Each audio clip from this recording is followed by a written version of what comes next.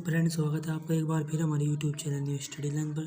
तो फ्रेंड्स, आज हम लोग बात करेंगे आप बाहु के नियम और इलेक्ट्रॉनिक विन्यास के बारे में। आप बाहु के नियम से कैसे इलेक्ट्रॉनिक विन्यास को निकाला जाता है। फ्रेंड्स, अगर आपको वीडियो अच्छा लगे तो लाइक करना और ऐसी इंटरेस्टिंग वीडियो पाने के लिए हमारे चैनल को सब्सक्राइब कर दीजिएगा। फ्रेंड्स, अगर आपको वीडियो में कुछ भी प्रॉब्लम आए तो हमें कमेंट सेक्शन में ज़रूर लिखिएगा, सही हम अगली वीडियो में आपकी प्रॉब्लम का सॉल्यूशन लेकर आए। तो चलिए दोस्तों, अपनी वीडियो को स्टार्ट करते हैं। तो फ्रेंड्स, आज हम बात करेंगे आप बाहु के नियम से इलेक्ट्रॉनिक विन्यासों को कैसे निकाला जाता है। तो इसके लिए पहले हम कुछ कोष और उपकोष के बारे में जान लेते हैं, उसमें कितनी अधिकतम इलेक्ट्रॉनों की संख्या होती है। फ्रेंड्स, अगर आपको कोष और उपकोष के बारे में बिल्कुल भी जानकारी नहीं है तो हमने वीडियो के डिस्क्रिप्शन में लिंक दे दिया है, आप उस लिंक को टच करके वीडियो को देखकर कोष और उपकोष के बारे में पूरी जानकारी प्राप्त कर सकते हैं। तो चलिए, हमारे परमाणु के नाभिक में मैंने आपको बताया था पिछली वीडियो में अपनी कि न्यूट्रॉन और प्रोटॉन होते हैं, इसके चारों ओर वृत्तीय कक्षाएं।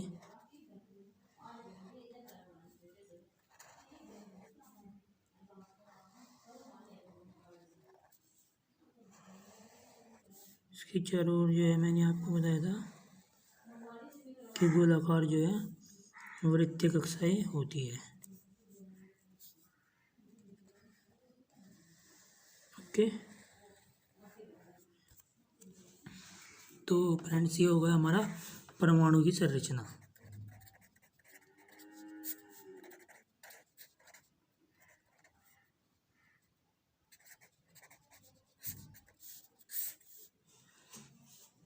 तो अब इस परमाणु में कौन सा कोष उपकोष और कोष उपकोष है जो, तो इस परमाणु में हम कोष और उपकोष की अधिकतम इलेक्ट्रॉनों की संख्या को जानेंगे।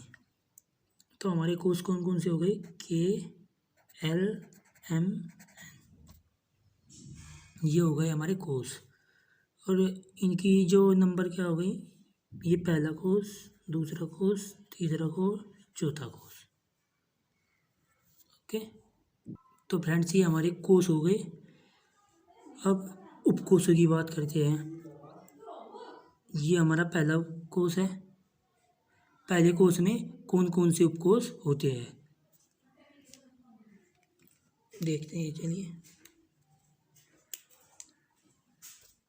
हमारी पहले कोष में S।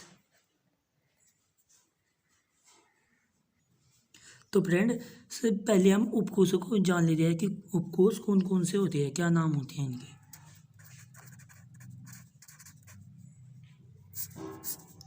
हमारे उपकोष होते हैं S, P, D और F।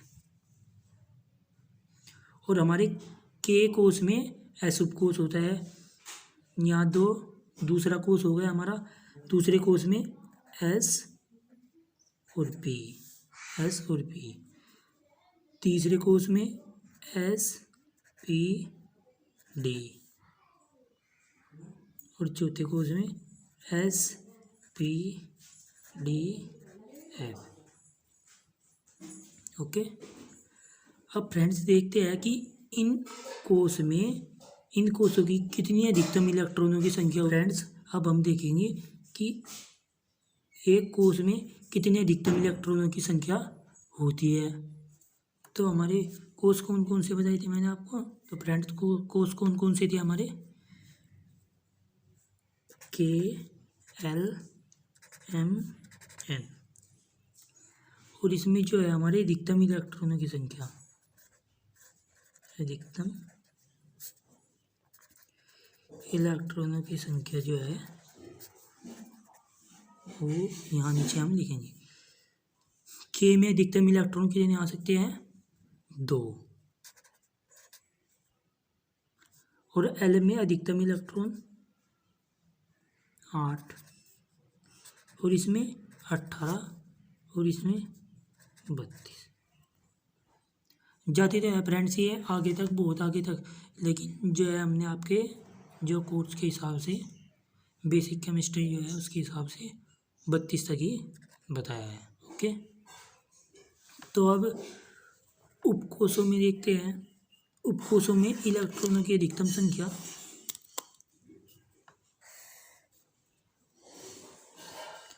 उपकोष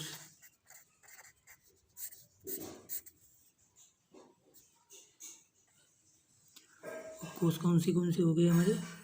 S P D F। Okay, तो 4 हमारे हो गए उपकोष। तो इस एक उपकोष में कितने कक्षक होते हैं? कक्षकों के अंदर ही जो है हम इलेक्ट्रॉन भरते हैं। फिर जो ये हमारे इन्हें कक्षक कहा जाता है, ये जहाँ इलेक्ट्रॉन भरे जाते हैं। ओके, तो देखते हैं हम कि इस उपकोष में कितने कक्षक है, इस उपकोष में कितने कक्षक है, इसमें कितने हैं, इसमें कितने हैं। जितने भी कक्षक होंगे इनमें उतने इलेक्ट्रॉन भरे जा सकते हैं। तो देखते हैं, एस उपकोष में एक ऑर्बिटल होता है, एक कक्षक को हम ऐसे एक डिब्बे के आकार का बना देंगे। और पी में इसमें 2 अधिक हो जाएंगे इससे, अर्थात 3, 1 2 3, 2 अधिक हो गए। इसमें भी 2 और बढ़ जाएंगे, 5 हो जाएंगे। 1 2 3 4 5, इसमें 2 और बढ़ जाएंगे। 1 2 3 4 5 6 7। ओके, अब इनमें इलेक्ट्रॉन कितने कितने होते हैं? तो फ्रेंड्स मैं आपको बता दूं कि एक कोष में अधिकतम 2 ही इलेक्ट्रॉन भरे जा सकते हैं। पहले इलेक्ट्रॉन का मुँह इधर और दूसरे इलेक्ट्रॉन का मुँह इधर। अगर आपने इनके मुँह का विपरीत कर दिया तो आपके इलेक्ट्रॉन गलत भरे जाएंगे। तो फ्रेंड्स चलिए, अब इसमें इलेक्ट्रॉन कितने, इसमें अधिकतम इलेक्ट्रॉनों की संख्या कितनी हो गई? 2, क्योंकि एक कोष में 2 इलेक्ट्रॉन भरे जा सकते हैं। इसमें कितनी हो जाएगी? 3 कोष है और एक कोष में 2 इलेक्ट्रॉन, 3 दूनी के 6। ओके, और फ्रेंड्स मैं आपको इन्हें भरने का तरीका भी बताऊंगा अभी।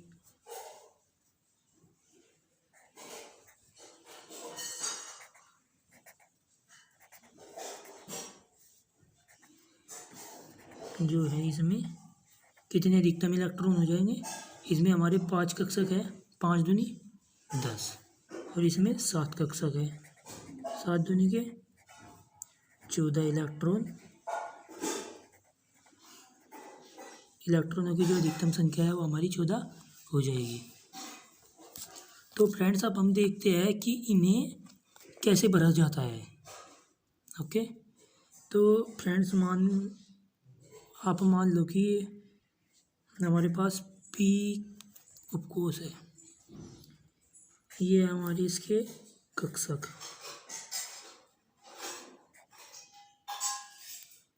और हमारे पास 6 इलेक्ट्रॉन है। तो 6 इलेक्ट्रॉनों को हमारे पास 5 इलेक्ट्रॉन है मानने के बाद, 5 इलेक्ट्रॉनों को हम कैसे भरेंगे? तो पहले हम इस इलेक्ट्रॉन, जो ये कक्षक है हमारा, इस कक्षक में पहला इलेक्ट्रॉन ऐसे भरेंगे, इस तरफ मुँह करके। ओके, दूसरा इलेक्ट्रॉन एकदम यहाँ नहीं भरना है, अगले कक्षक को, पहले सभी कक्षकों को एक एक देना है, और जब वो एक एक पूरा हो जाए तो उसके बाद में दूसरा इलेक्ट्रॉन यहाँ से देना शुरू करना है। ओके, देखिए कैसे, हमने यहाँ 1 इलेक्ट्रॉन दिया, 4 रह गए हमारे पास, 1 और दिया तो हमारे पास 3 रह गए, और यहाँ 1 और दे देते हैं हम, तो 3 ये हमारी हो गई। हमने से तीनों ऑर्बिटल, तीनों कक्षकों को एक एक इलेक्ट्रॉन दे दिया। अब इधर से शुरू करेंगे, एक और देना। अब हम इधर से एक और इलेक्ट्रॉन देते जाएंगे जहाँ तक भी हमारे इलेक्ट्रॉन पूरे होंगे। एक और यहाँ दिया, एक यहाँ दिया, तो कितने हो गए हमारे? 5, 1 2 3 4 5 इलेक्ट्रॉन हमारे पूरे हो गए। तो ऐसे ही अगर हमारे पास 6 इलेक्ट्रॉन होते तो हम इसको भी भर देते।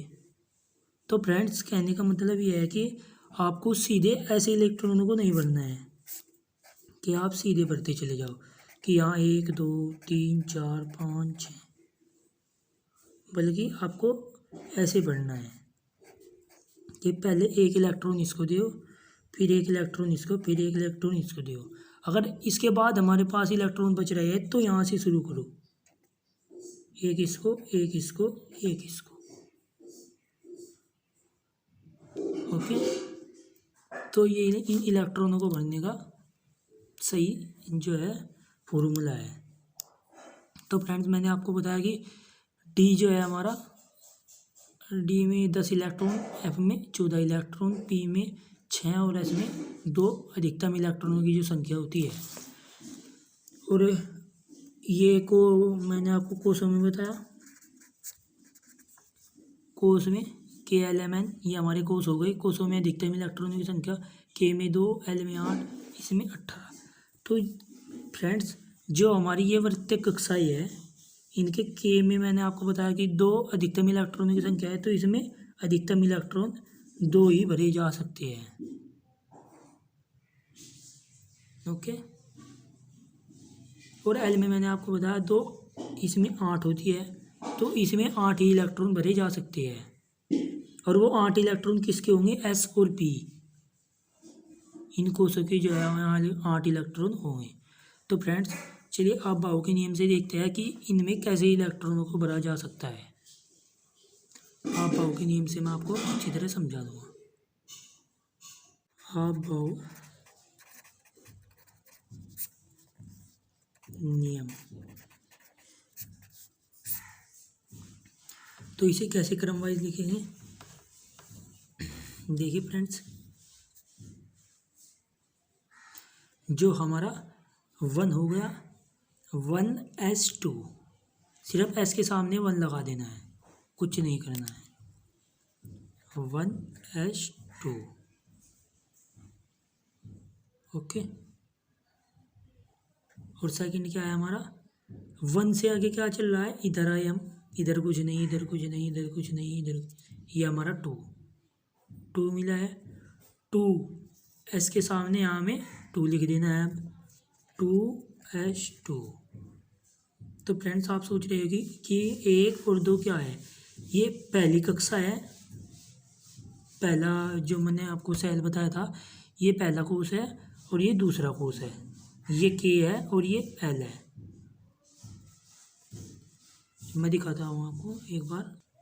तो फ्रेंड्स ये हमारा जो पहला कोष है ये हमारा के कोष है, और दूसरा जो कोष है हमारा एल है। पहले जिसके सामने 1 लिखा है वो पहला कोष, और जिसके सामने 2 लिखा है वो दूसरी कक्षा। ओके, तो फ्रेंड 2s2 हो गया हमारा। 2s2 से आगे क्या आ रहा है हमारा, फिर 2 आ रहा है, ये किसके नीचे है, पी के। ओके, तो पी के सामने 2 लिख देते हैं, 2p6। फ्रेंड्स हम इन दोनों के बीच में कोमा नहीं लगाएंगे क्योंकि ये दोनों दूसरी ही कक्षा के हैं, ये भी दूसरी कक्षा का, ये भी दूसरी कक्षा का, सिर्फ इनके कोषों को बदल दिया गया है और इनके इलेक्ट्रॉनों को जोड़कर हम 6 2 8 दूसरे कक्षक में भर देंगे। मैं आपको बताऊंगा आगे, हमें इन दोनों के बाद में कोमा लगा देना है हमें। और अब अगला देखते हैं, 2 भर दिया हमने, 2 से आगे क्या आ रहा है, 3 एस के ऊपर आ रहा है भैया, तो एस के सामने 3 लिख देंगे, 3s2। और अब इससे आगे क्या आ रहा है हमारा, 3s2, कुछ नहीं, फिर 3 आ गया पी के नीचे। तो मैंने आपको बताया था कि एक कक्षा के, अगर हमारी कक्षा एक ही है तो उसके बीच में कोमा नहीं लगेगा, ये भी तीसरी कक्षा है 3p6, इन दोनों के बीच में कोमा नहीं लगाएंगे, यहाँ कोमा लगा देंगे। इसके आगे क्या आ रहा है हमारा, 4s2, इसके आगे 3, 4s2 के आगे हमारा क्या आ रहा है, तो फ्रेंड 4s2 के आगे देखिए ये 3 आ रहा है, 3 किसके नीचे है? ये डी के नीचे, डी के सामने 3 लिख देंगे, 3D 10। ओके, और 3 से आगे क्या आ रहा है हमारा? 4। ये किसके नीचे आ रहा है? पी के नीचे, 4P 6, और फिर 5S2 5 आ रहा है हमारा। तो फ्रेंड्स 5S2 के बाद क्या आ रहा है हमारा? 4। ये 4 किसके नीचे है? डी के नीचे, 4D 10, 4D 10, और इसके आगे 5 आ रहा है, 5P के नीचे, 5P 6। ओके, और इसके आगे 6S2, और फिर आ रहा है हमारा 6 के आगे 4। 4 किसके नीचे है? एफ के नीचे, एफ के सामने 4 लिख देंगे, 4F 14। तो फ्रेंड्स इस तरह हमने इनको भर लिया। अब देखते हैं कि परमाणु में इनकी संरचना कैसे बनाई जाती है, परमाणु में इनको कैसे भरा जाता है। तो फ्रेंड्स मान लो हमने यहाँ परमाणु क्रमांक 20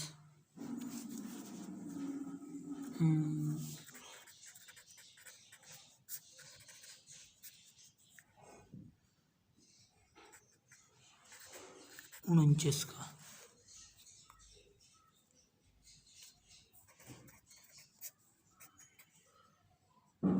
तो कौन सा है हमारा? IN। ओके, तो फ्रेंड्स हमने एक और एग्जांपल ले लिया, परमाणु क्रमांक 49 IN जो है इस तत्व का नाम है। तो हमने इसका इलेक्ट्रॉनिक विन्यास किया। ओके, इलेक्ट्रॉनिक विन्यास हमारा ये हो गया 1s2 2s2 2p6 ये वगैरह सब कुछ हमारा यहाँ तक हमने इलेक्ट्रॉनिक विन्यास को किया। परमाणु में इसके इलेक्ट्रॉनों को कैसे भरेंगे? तो हमारे परमाणु में जो कोष है कौन कौन से बताए थे मैंने आपको? K11, इनके अंदर कौन कौन से सब सेल है? S, sp, sp,d, sp,df, इनके अंदर ही चारों है। तो हमारा जो पहला कोष है K, इसमें कितने इलेक्ट्रॉन है? S के, इसमें तो अकेला S ही आता है ना K में। फ्रेंड्स देखिए इसमें तो अकेला S ही आता है, K वाली जो है कोष में अकेला S आता है। इस S के कितने इलेक्ट्रॉन हुए यहाँ? पहला कोष है नंबर 1, पहला कितने हैं? 2, तो हमने यहाँ 2 इलेक्ट्रॉनों को भर दिया। और नंबर 2 दूसरे कोष में L में हम S और P को देखते हैं। देखिए हमारा L हो गया दूसरा नंबर, तीसरा, चौथा, पहला।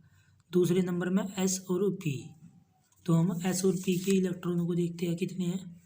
यहाँ S के कितने इलेक्ट्रॉन है दूसरे में? 2, और दूसरे में P के कितने इलेक्ट्रॉन है? 6, ये भर दिया हमने यहाँ। और अब तीसरे नंबर 3 में M में 3 होते हैं, ये देखिए नंबर 3 MsPd।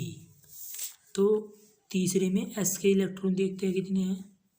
2, तीसरे में P के इलेक्ट्रॉन देखते हैं 3P 6 इलेक्ट्रॉन, और थर्ड में हम जो है D के इलेक्ट्रॉन देखते हैं। तो तीसरे के D कोष में कितने इलेक्ट्रॉन हैं हमारे? 10, और चौथे के S में 4s कितने हो गए हमारे? 4s। फ्रेंड्स ये इसका नहीं है, ये इन दोनों के बीच में है, इन दोनों के बीच में। 4s के कितने हो गए? 2, 4b के 6, और 4d के 10। देखिए ओके, ये 4d के जो होगा ये हमारे 10 इलेक्ट्रॉन। अब पांचवें जो है हम पांचवें उपकोष में देखते हैं। पांचवें उपकोष में केवल हमें एक इलेक्ट्रॉन मिला है। पांचवें उपकोष में केवल हमें एक इलेक्ट्रॉन मिला है, वो भी है S का। फ्रेंड्स आगे हमने इलेक्ट्रॉनों को इसलिए नहीं भरा क्योंकि हमारे यहाँ तक 49 इलेक्ट्रॉन पूरे हो गए। परमाणु क्रमांक 49 है जो उसके इलेक्ट्रॉन पूरे हो गए। तो फ्रेंड्स हमारे जो पांचवें कोष में हमने एक इलेक्ट्रॉन भर दिया क्योंकि हमारे पास ये एक ही इलेक्ट्रॉन है। तो फ्रेंड्स इस ट्रिक का प्रयोग करके आप बहुत अच्छी तरह से इलेक्ट्रॉनों को परमाणुओं में भर सकते हैं कि पहले में वही कौन कौन सी होती है। पहले में एस होता है के कोष में, ये भी दिखाया हमने आपको यहाँ। पहले में के में एस होता है, एस में हमने 2 इलेक्ट्रॉनों को भर दिया। तो यहाँ कैसे भर देंगे हम, 1 2। और एल में कितने कौन कौन से आते हैं, एस और पी दूसरा है। तो जिसके सामने 2 लिखा होगा उस एस और पी को हम देख लेते हैं। ये लिखा है, इस एस और पी के सामने 2 2 लिखा है, ये इलेक्ट्रॉनों को हमने भर दिया। इसके टोटल कितने इलेक्ट्रॉन हुए, 6 2 8 8 इलेक्ट्रॉनों को हमने यहाँ भर दिया। 1 2 3 4 5 6 7 8। ओके। और तीसरे में कितने इलेक्ट्रॉन हो गए हमारे, 10 और 6 16 2 18। तो 18 इलेक्ट्रॉनों को हमने यहाँ भर दिए। 1 2 3 4 5 6 7 8 9 10 11 12 13 14 15 16 17 18। तो 18 इलेक्ट्रॉनों को भर दिया। और हमारे पांचवें कोष में कितने हैं,